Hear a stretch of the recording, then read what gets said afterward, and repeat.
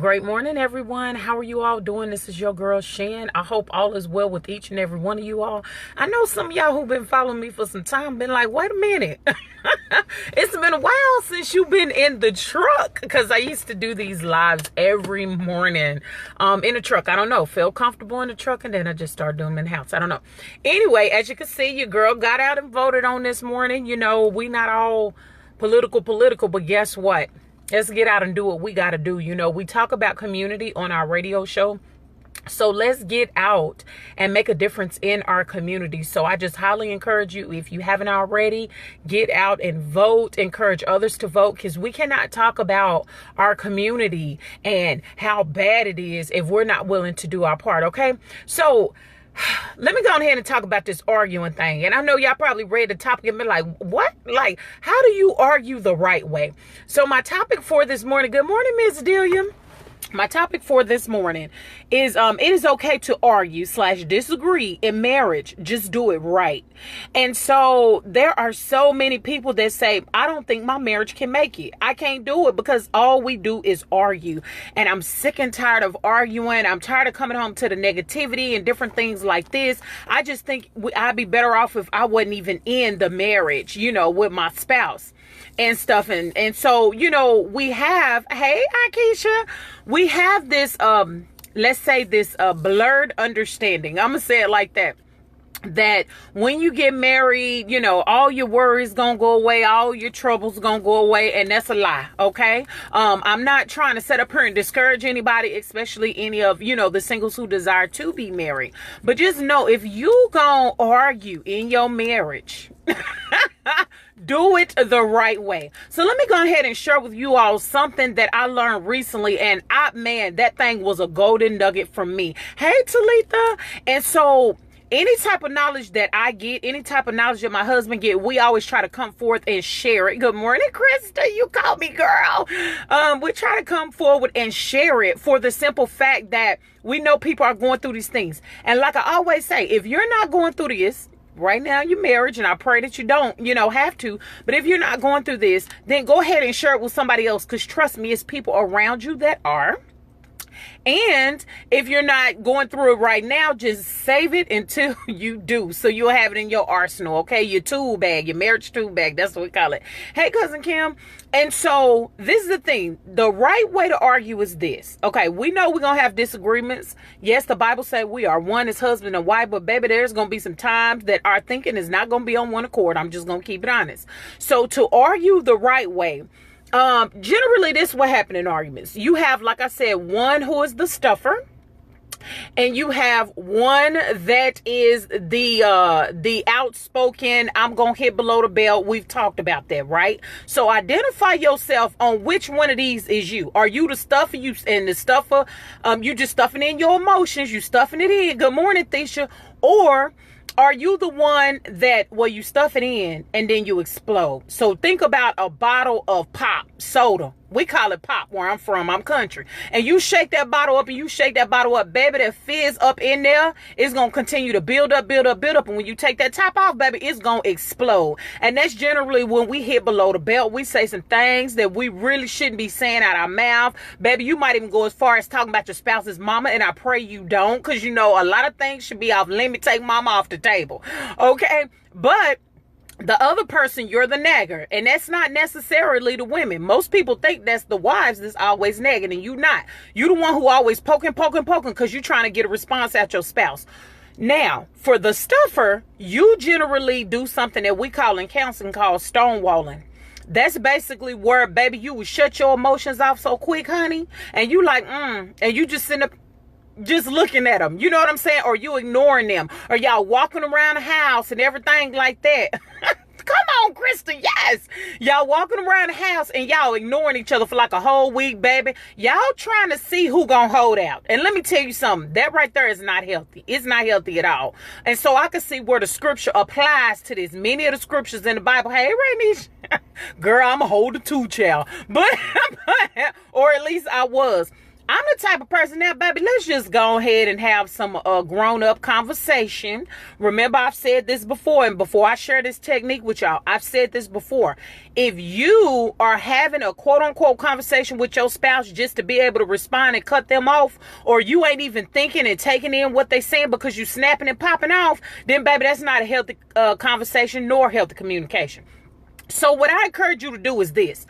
Be mature enough in your marriage where you and your husband, wife, whatever, y'all sit down and y'all agree, look, baby, and please do this when y'all calm. Look, baby, when we get into a disagreement, we need to set some terms on this disagreement, okay?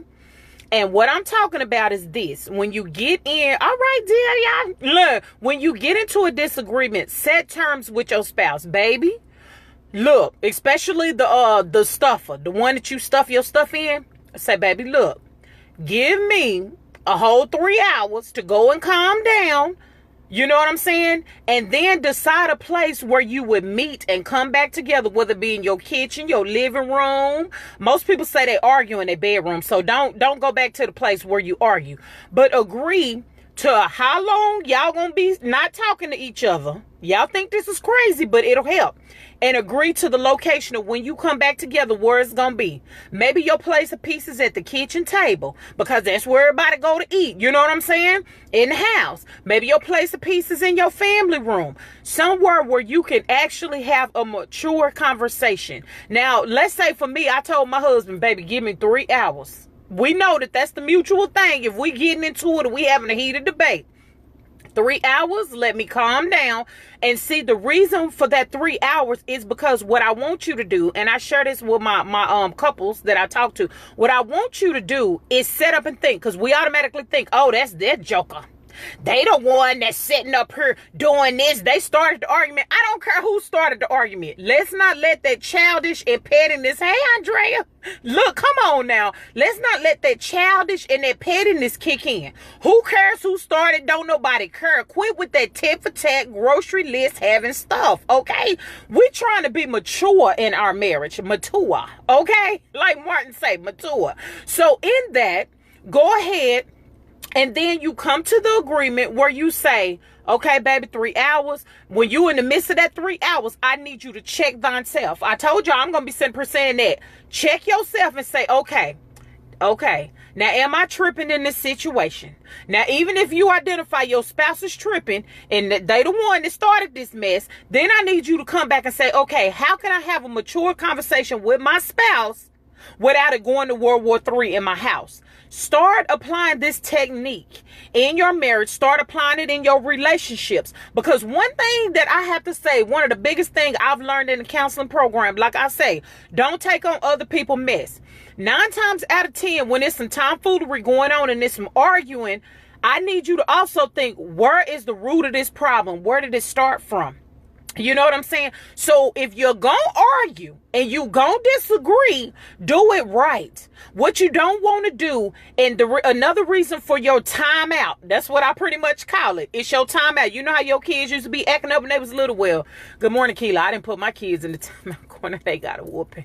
But anyway, they would have to go to their room and they would have to think about what they did. So put yourself in timeout. You see what I'm saying? You and your spouse, whatever. And when you continue to use this technique over and over and over again, you will find it that y'all don't even have to put yourself in timeout anymore. You will find it that y'all can set up and have a mature conversation about what is on your heart without y'all, jumping down each other's throat or whatever the case may be. We need to grow to the place in our marriage where we can have mature conversations. Everything does not have to be about arguing all the time. Let me go ahead and say this. Remember, I say check thyself, baby. If you are arguing all the time with your spouse, that's because you choose to argue with them. You ain't got to say nothing back. And I know that's interesting coming from me because, baby, I used to be the one that would pop off. Set it off. What? That was me. You see what I'm saying?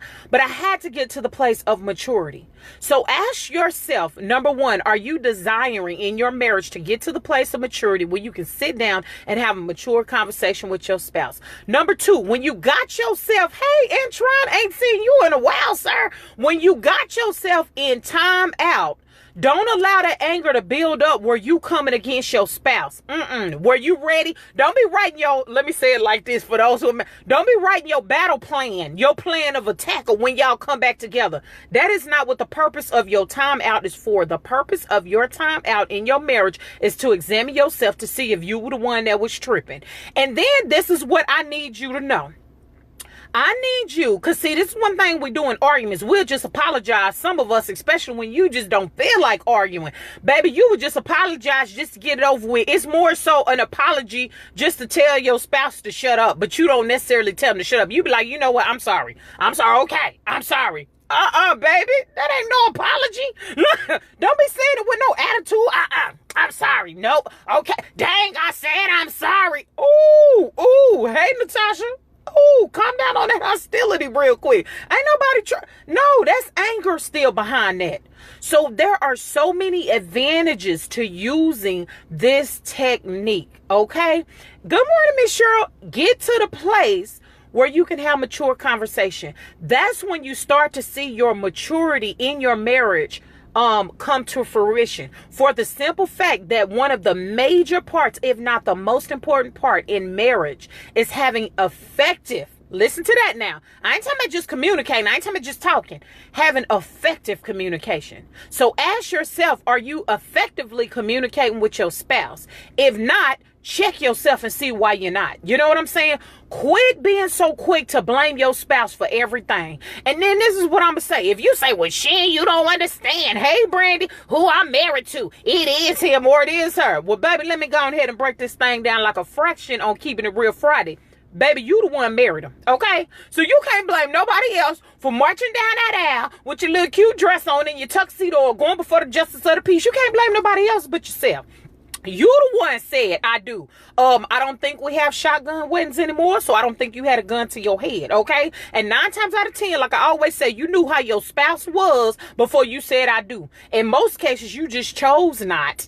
You chose not to recognize them red flags, okay? So the moral of this video today is, if you gonna fight, no, let's take that back. We don't want no fighting. If you gonna argue or have your heated moments of passion, like my bishop used to say, or you gonna disagree up in your marriage, make sure that you put yourself, y'all need to sit down mutually as grown folk, okay? Because y'all over the age 18, you grown. Y'all need to sit down and y'all need to do 3 things. Number 1, agree on how long it's gonna take you to calm down, okay? That's number 1. Number 2, agree on the meeting spot of which y'all gonna meet back up. I know sometimes when me and my husband used to really get into it, baby, we would drive down the street to the lake, okay? We was looking at that common lake, baby, and 9 times out of 10, it wasn't nobody around us because people was in boats and so if we argue and happen to get loud, didn't nobody hear us, you know what I'm saying? So find, and wherever your place is, maybe y'all got to go walking in the park, I don't know, where y'all can actually talk to each other and be mature about it. And then, well, in the midst of that number 2 was check down self, allow yourself to calm down, and then number 3 was to come back together, okay? So y'all go ahead and have a blessed weekend. Yep, this was something that I learned, and I thought this thing was downright amazing and awesome, and it can help many marriages if you choose to apply it, okay? I ain't trying to tell you what to do. You and your marriage, you know how you want your marriage to be. But so many people, like I say, always ask me and my husband, how is it that we not arguing anymore? Well, the way our schedule's set up right now, we ain't got time to be arguing. But get to the place of maturity in your marriage. That's when you can see signs of maturity in your marriage, that's when you know that your marriage is succeeding in the way that God designed for it to be. So y'all have a blessed weekend, baby. Don't let anybody steal your joy. Share this because it's free. Be a blessing to somebody today and not a curse. And your girl Shannon be back with y'all on Monday. God bless.